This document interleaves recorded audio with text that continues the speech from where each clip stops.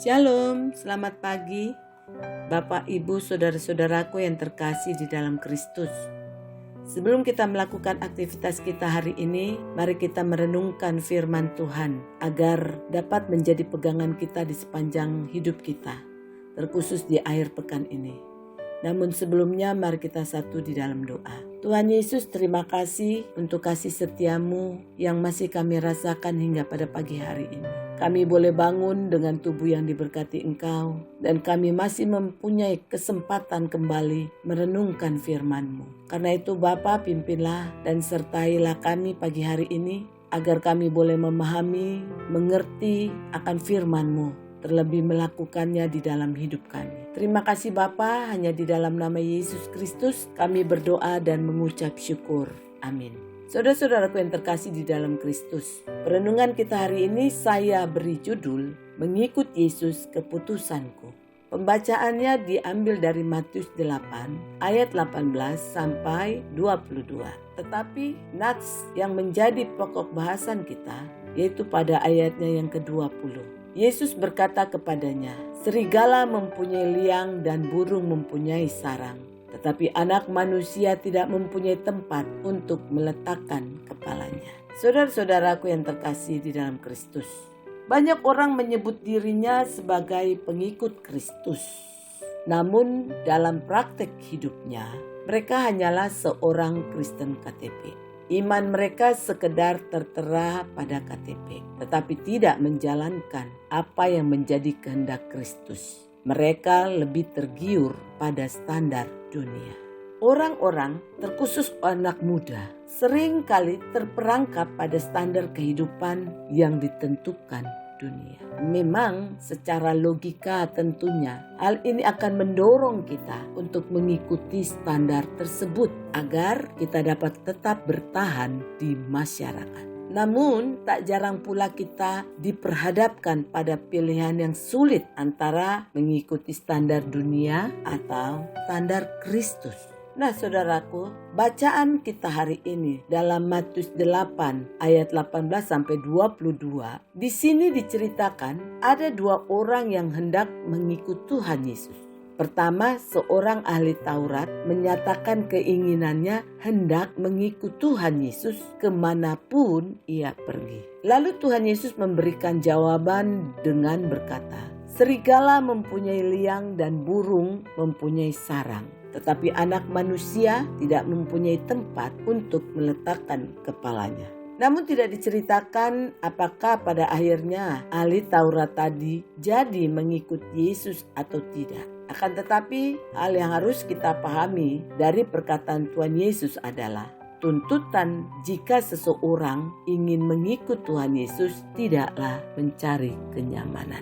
Lalu yang kedua, jawaban Tuhan Yesus kepada seorang muridnya yang meminta izin kepada Yesus hendak pergi menguburkan ayahnya.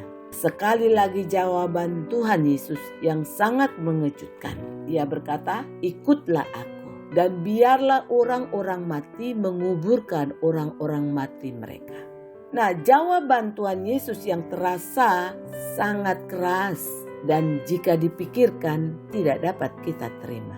Akan tetapi maksud dari Tuhan Yesus atas perkataannya ialah barang siapa hendak mengikut Yesus haruslah berani meninggalkan segala sesuatu secara total, tidak setengah-setengah, walaupun harus meninggalkan segalanya.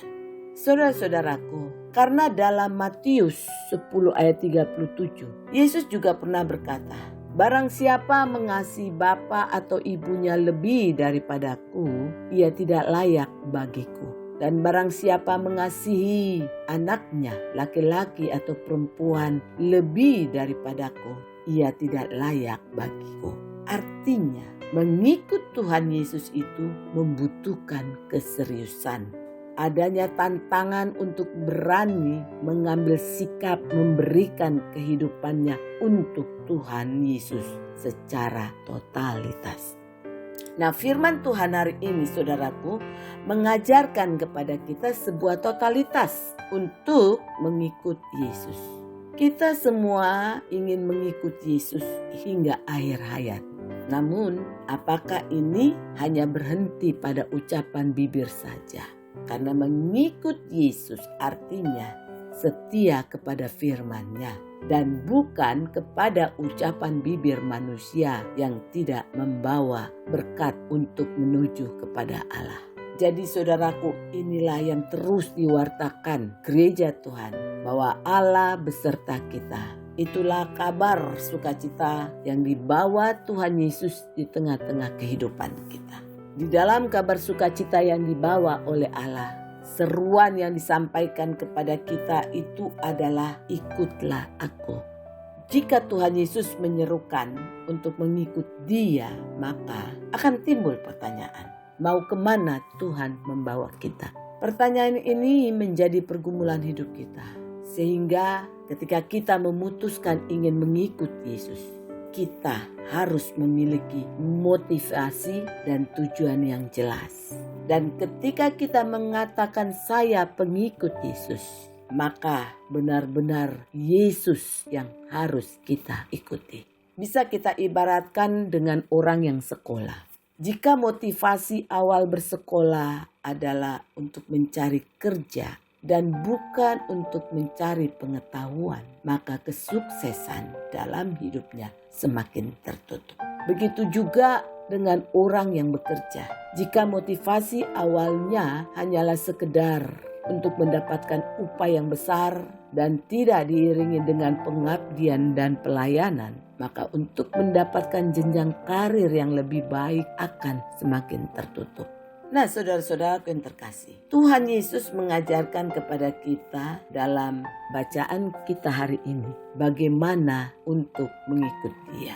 Sebab anak manusia tidak mempunyai tempat untuk meletakkan kepalanya.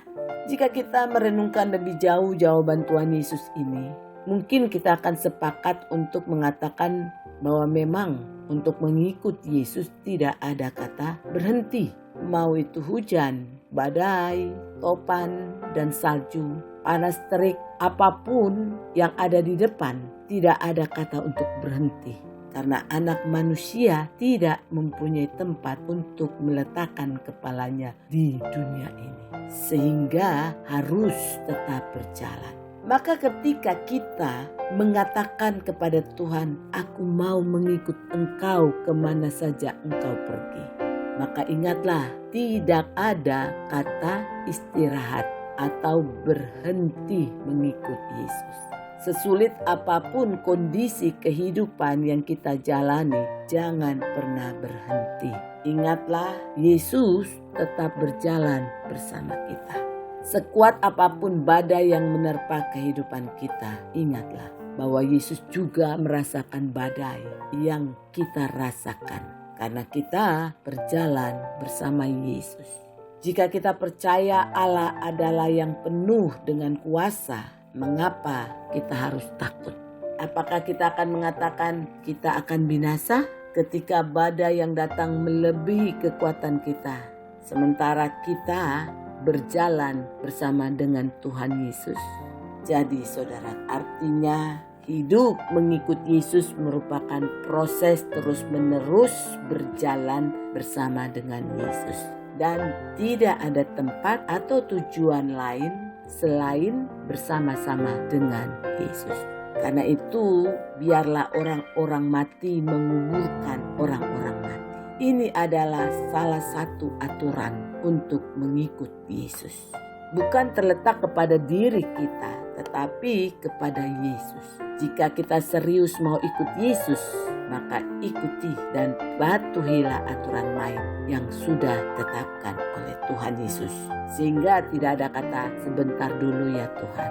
Tetapi jika kita mau ikut Yesus, maka patuhi aturan Yesus dan jangan patuhi aturan dunia. Nah sekarang misalnya Tuhan Yesus memberi aturan kasihilah musuhmu dan berdoalah untuknya. Sementara aturan dunia mengatakan bencilah musuhmu dan kutuklah dia. Sekarang aturan mana yang akan kita lakukan? Dan kita harus ingat dan sadar bahwa mengikut Yesus bukan supaya Tuhan memenuhi segala keinginan kita, tetapi kitalah yang harus melaksanakan kehendak Tuhan. Jadi keputusan mengikut Yesus itu menjadi sebuah keputusan terpenting dalam hidup kita. Mengapa? Karena mengikut Yesus artinya kita mengakui kuasanya dalam kehidupan ini. Jadi sebab itu aturan yang ditetapkan Allah itu bukan untuk mempersulit kita, malah sebaliknya adalah untuk mempermudahkan kita dalam menjalani kehidupan ini. Memang kalau kita memandang aturan Tuhan dari sudut pandang hukum duniawi, hal itu sangat sulit dan menyakitkan. Namun kita harus ingat bahwa aturan dunia akhirnya akan membinasakan, tetapi aturan Tuhan bertujuan untuk menghidupkan. Saudara-saudaraku yang terkasih, sesungguhnya ketika kita setia mengikuti Yesus, kita ini sedang dibawa ke tempat kehidupan yang kekal yang telah disediakannya. Maka siapa yang bertahan berjalan bersama Yesus akan mengakhirinya di rumah Bapa yang kekal. Karena itu marilah lihat kembali hidup kita. Apakah langkah-langkah kehidupan yang kita jalani sudah memang mengikuti langkah Tuhan Yesus? Atau tanpa sadar kita sudah jauh tertinggal dari Yesus? Atau juga kita sudah jauh salah arah karena selama ini yang kita ikuti bukanlah Yesus tetapi keinginan duniawi. Karena itu marilah saudaraku, kita juga melihat motivasi dalam diri kita. Ketika kita sudah mengambil keputusan untuk ikut Yesus, maka haruslah secara total, tidak setengah-setengah di dalam mengikutinya. Seperti Paulus yang dengan berani meninggalkan semua kenyamanannya, memberikan hidupnya secara total untuk mengikut Tuhan Yesus dengan setia sampai akhir dan setia melakukan perintah Tuhan. Jadi, apakah kita bersedia meninggalkan kenyamanan duniawi dan menganggap sepi kemewahan materi demi satu tekad, yaitu mengikut Tuhan? Apakah keputusanmu? Marilah kita berdoa agar Roh Kudus yang menuntun kita untuk memilih dengan bijak dalam setiap pilihan yang ada dan menolong kita untuk mampu setia kepada komitmen kita, yaitu mengikut Yesus keputusanku. Amin. Mari kita satu dalam doa. Tuhan Yesus, terima kasih untuk firman-Mu pagi hari ini. Karena itu teguhkanlah hati kami untuk terus mengikut Engkau. Dan mampukan kami untuk tetap setia kepada komitmen kami dan setia melakukan perintah-Mu. Dan ampunilah kami Bapa, kalau selama ini mungkin motivasi kami mengikut Engkau tidak berkenan di hadapan-Mu. Ampunilah dan pimpinlah perjalanan hidup kami Bapa, agar kami bisa setia sampai akhir untuk meraih mahkota kehidupan yang Engkau janjikan ya Bapa. Terima kasih Bapa di surga. Hanya di dalam nama anak-Mu Tuhan Yesus Kristus kami serahkan hidup kami dan doa ini. Haleluya. Amin. Selamat pagi saudara-saudaraku. Selamat berakhir pekan. Kiranya Tuhan Yesus Kristus menyertai kehidupan kita di sepanjang hari ini.